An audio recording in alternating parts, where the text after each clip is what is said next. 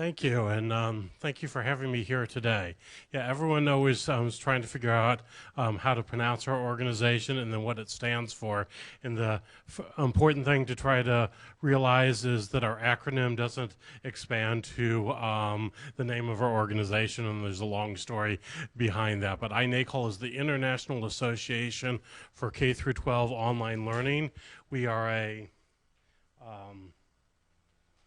nonprofit membership-based association that represents the diversity of the online and blended and new learning model space. That would also include competency-based education in the K through 12 space. And our membership is quite diverse. So it's our biggest component of our membership are individual educators, whether they be teachers, counselors, administrators that are involved in online and blended learning. But we have people involved at all sorts of areas in schools and school districts, charter schools, traditional public schools, private and independent schools, state departments of education, university researchers, other nonprofit organizations, and vendors in the for-profit world, bringing all the people together that see the promise that technology can bring to personalizing education. And really our belief as an organization is that the educational opportunities that children have should not be limited and dictated by where they happen to live. And the reality is today that it very much is the case. I happen to be from Illinois, and Illinois is a diverse state. You have rich suburban districts that offer lots and lots of opportunities to their students. You might have a small rural district that, just because of the size, they don't have the ability to offer the same level of opportunity. And online and blended learning is a way to help create that equity and level the playing field. So what I'm going to talk about today is, first of all, I want to give some overview of the online and blended learning space that I think as policymakers it's helpful to kind of have this background and kind of see where things are going. And really my remarks, I want to at least touch on some of the policy issues that you should be considering as state legislators, the things that can make a difference and enable opportunities for students versus removing opportunities for students. And one thing that I want to challenge you to think about, because often people think, well, that online learning, well, that's good for X. And X might be advanced placement, or X might be for credit recovery, or X might be for rural schools. But as you see in this picture, there's a wide variety of ways that online and blended learning and competency-based education can be used. And so don't pigeonhole what the promise of online and blended learning. Recognize that it can be used in a variety of ways for a variety of audiences. And one thing as policymakers is to try to create policies that enable all of those different types of opportunities. About 12 years ago, I was part of a group in Illinois that created the Illinois Virtual High School. It's not the Illinois Virtual School. It's a state program in the state of Illinois, and there are a number of other states that have programs like this that provided online courses on a supplemental basis. In other words, a student would stay in their regular school, but maybe their school didn't offer AP Calculus and they take AP Calculus online. Or maybe they were having a temporary health problem and they would not be able to be at their traditional school for a period of time, so they take some online courses through that. And there's a variety of ways. And when I was talking about this in 2000 and 2001, one of the things people say, well, can we agree that online learning isn't for everyone? And I said, absolutely, I have no problem agreeing with that. And people would kind of be surprised because here I was promoting this online learning. It's like, can we agree that traditional classroom learning isn't for everyone? And people had more of a challenge with that. But that's the reality. People learn in different ways. And so while traditional classroom learning probably works for a significant majority, there are students that isn't the best way for them to learn, and that a fully online program may be the best option for that student. And for another student, it's going to be a blend of online and classroom. And another student, a very traditional classroom environment works just fine, and that might actually be the ideal manner for that student. So again, as policymakers, consider that what we want to do is be student-centric. Our national conference that our organization will be conducting the end of October, our theme is transforming education to student-centric learning. And if as policymakers you constantly think of what is going to be best for the students, recognizing that students are not a single monolithic body, that they're comprised of a variety of individuals. And so what you're wanting is policies that allow lots of options, lots of opportunities, different choices, so each student can get the type of education that works best for that individual student. In this slide, I want to just go over a few things as far as definitions, because different things can mean different things to people, so it's just helpful to have a common base. So when I talk about online learning, I'm talking about courses where the student and the teacher are separated by space and maybe time, if it's a asynchronous versus a synchronous course, where the delivery mechanism is primarily via the internet. It doesn't include things like video-based instruction, which is a form of distance learning, but is not what we would consider online learning. Blended learning is really that blending of the traditional classroom and the online experience. So part of the student's education is in a very traditional format, and then a part of it is in an online format, and there's a variety of models that are provided for that.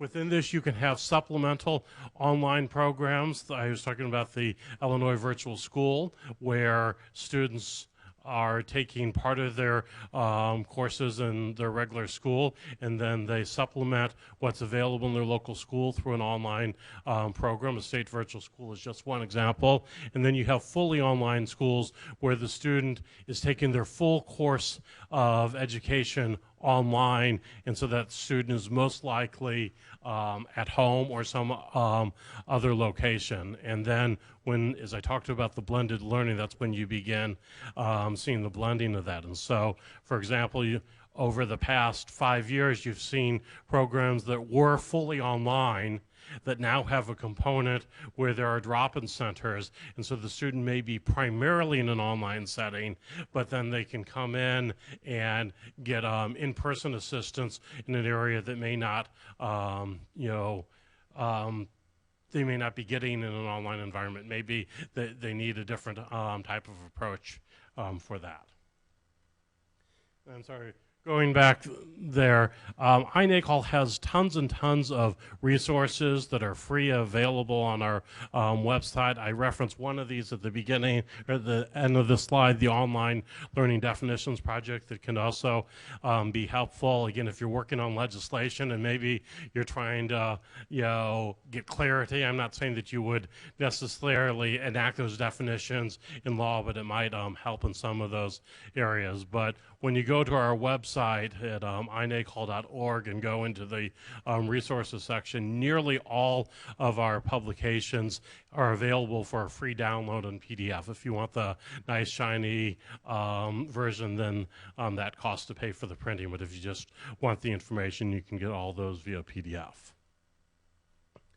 So this chart, which comes from a publication called Keeping Pace with K through 12 Online Learning, which is a publication that iNACOL helps sponsor, but we're one of about 10 or 12 organizations that comes together to sponsor this. It's published by a group called the Evergreen Education Group, which is a small consulting firm based in Colorado. This is published every year. It will be coming out at our national conference in October. So these slides are about a year old, but they talk again about the different types of online learning programs. So again, as policymakers, you want to look at the different ways that online learning programs are being put together so that in your state that you allow for the diversity of options as opposed to creating a policy that, you know, for example, might allow for a state virtual school, but you don't have any full-time online schools in your state that go throughout the state. In this publication, one of the things that they do is they evaluate the opportunities that are available to students state by state at both elementary, middle school, and high school, both in the full-time and the supplemental. And basically, what they're saying is, would I, if I was just a random student at that grade level in the state, would I likely have this opportunity available to me, independent of where I would be in the state? There's only one state, which happens to be Florida, where at all grade levels and all those types of opportunities is available. So there's a lot of work to be done. That doesn't mean that other states don't provide these diversity of these opportunities, but they might only be available in individual districts as opposed to something that's available statewide. Want to give you a sense of how quickly online and blended learning has grown. Again, so this figure is about a year old, and one of the challenges when you begin representing information of online and blended learning is there isn't really good solid data. A traditional school is required to report things either to their State Department of Education or to the federal government, so you can, you know, get real good information, even if it's a couple years old, of exactly how many students are enrolled in a certain type of program.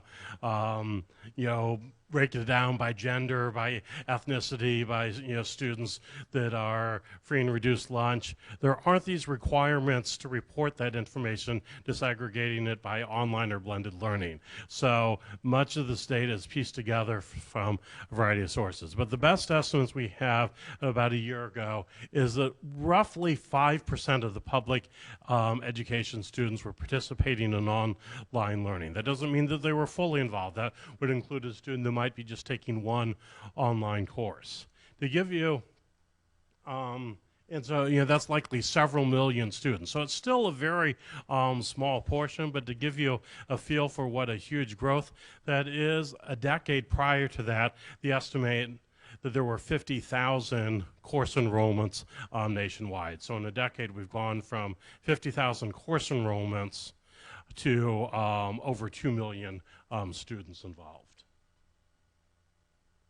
Different aspects of the online and blended learning are growing at different rates. I talked about the state virtual school. This is indicated in the example with Illinois, a state program that provides courses primarily on a supplemental basis across the state.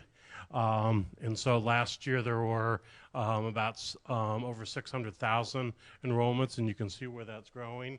And you can see on this chart which states have those opportunities to students and which ones don't. And now there's a lot of information on the chart. When you have a chance to look at it more closely, the different coloring also is showing how that relates to their school population. So Florida virtual school is by far the biggest state virtual school, so you're having a much higher percentage. But if you just look at total number of enrollments, you know, a state like Montana or Idaho is an example, you know, those aren't as populous states. So even though there may be fewer overall enrollments of another state, when you talk about the percentage of their overall student population, it's much more pervasive in that state. So there's a lot of information there that you can dig into. Meanwhile, another common option is the fully online school that is available not just in individual districts, but across multi-districts or traditionally statewide. And this has been growing steadily, and right now, as you can see, just over 60% of the states provide this option. And again, you can see from this graph where that's showing, and you can see examples of some of the states where this is a real big option in, for example, Arizona and Pennsylvania and Ohio. And one of the interesting things as you begin looking into some of the policy things is a lot of educational policy was written a long time ago, way before the idea of an online school existed. And so in some states, the educational policy, not by any specific planning, just happened to be very conducive to online learning. This often had to do with if they allowed for what's called open enrollment, where students can enroll in another district, another public school in some district other than the district they resided.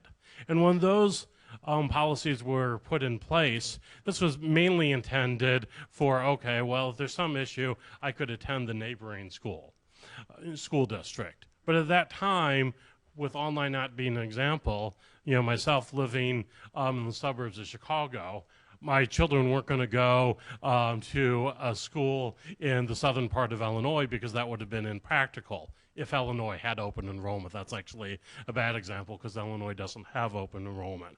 But those states that had open enrollment when online learning became available, all of a sudden the ability to cross-enroll was very easy because you no longer had the geographic barrier. And so those are some of the states that grew very quickly. So another thing as policymakers is to think about some of the laws that are in place that probably weren't put in either intended to inhibit or promote online and blended learning, and think about, okay, in this reality, are there policies that need to be changed? One of the biggest barriers in the policy and is that so much of educational policy is geared around seat time.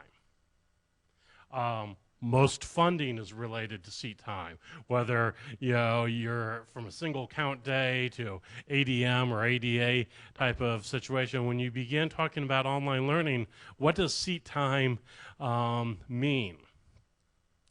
And how should that be handled?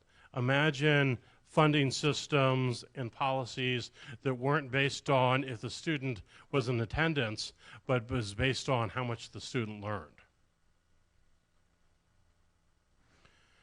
Another thing that isn't specific to online, and this kind of gets into this area that I was talking about seat time, it isn't necessarily specific to online and blended learning. You could do this without online and blended learning, is the idea of competency-based education. And I use this graphic where the world is turned upside down because it really does turn everything upside down within education, because as everything is opposed to being focused on the seat time is the student there, where they're there for, the 9 months of the year or 180 days, whatever it happens to be in your state. It's based on demonstrating mastery of knowledge and of competencies.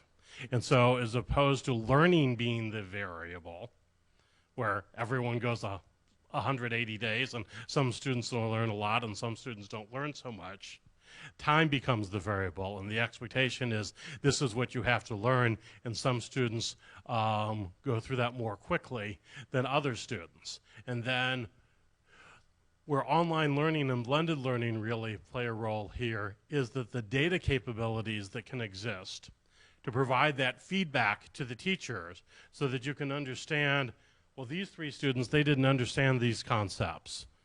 The rest of the class did. So when you're reteaching that, you do a pull-out session for the 3 students that didn't understand how to factor polynomials, not provide that information to all 25 students, of which it was not of use to 22 students. And as you begin getting this data aspect, and this is especially true in a subject like math that builds upon one another, but it is true in other academic disciplines as well, as you really begin getting this data and understand where the gaps are in student learning for an individual student. And you now target that specific knowledge they want. Not that they're just behind grade level, but Johnny and Sue don't know these specific concepts, and you are able to target it there and get them to understand that, and they're demonstrating the competency. Once they get some of that core foundational knowledge, then they're able to accelerate their learning, because what's been holding them back is some base level concept that is making it difficult to understand where they should be. And that is really the only, in our opinion, the only viable solution to addressing getting these students that are behind. You can't just say, well, you somehow have to catch up. You're only going to be able to catch up if you can understand what are the concepts and specific knowledge and competencies that they don't currently understand, so that you can address those so that they have that basis. In some of the questions and conversations, there's a whole issue of quality. And one of the things that our organization has spent a lot of time and effort and tried to be a leader in the field is of the issue of quality. You can have quality, if you have poor quality online learning, it's not going to do any good. You can't just throw the technology into the classroom to the students and the teachers and hope that it's okay. And so INACOL has developed over the past probably 7-8 years voluntary national quality standards in quality online courses, quality online teaching, and quality online programs. A number of states and individual school districts have adopted these as ways that they measure. So this might be another resource. But then more recently, in a publication we released last October, when you look at most quality standards, they're focused on the input aspects. How many minutes of instruction, what the student-teacher ratio is. And many of those inputs are indeed important. And this isn't to say that we want to ignore the inputs, because those are the basic conditions. But the inputs themselves aren't sufficient, because if you have a group of students that have the right student-teacher ratio, but they still didn't learn anything, you haven't accomplished anything, because they had these set of inputs that are the necessary but not sufficient conditions for learning. And so we are really focusing on, when you want to really look at quality and evaluate quality programs, is that you want to look at the learning outcomes. And one of the key aspects, and we have this publication that I urge you to take some time to read, but one of the key takeaways from that is the area that when you look at learning outcomes, you can't look at just one single measure. And that, in our opinion, has been the primary issue with the accountability system that has existed with No Child Left Behind and is beginning to change. I don't want to take credit for this example, because I heard it from a much more intelligent person than me, name of a person named Bror Saxberg, who's the Chief Learning Officer with Kaplan Learning.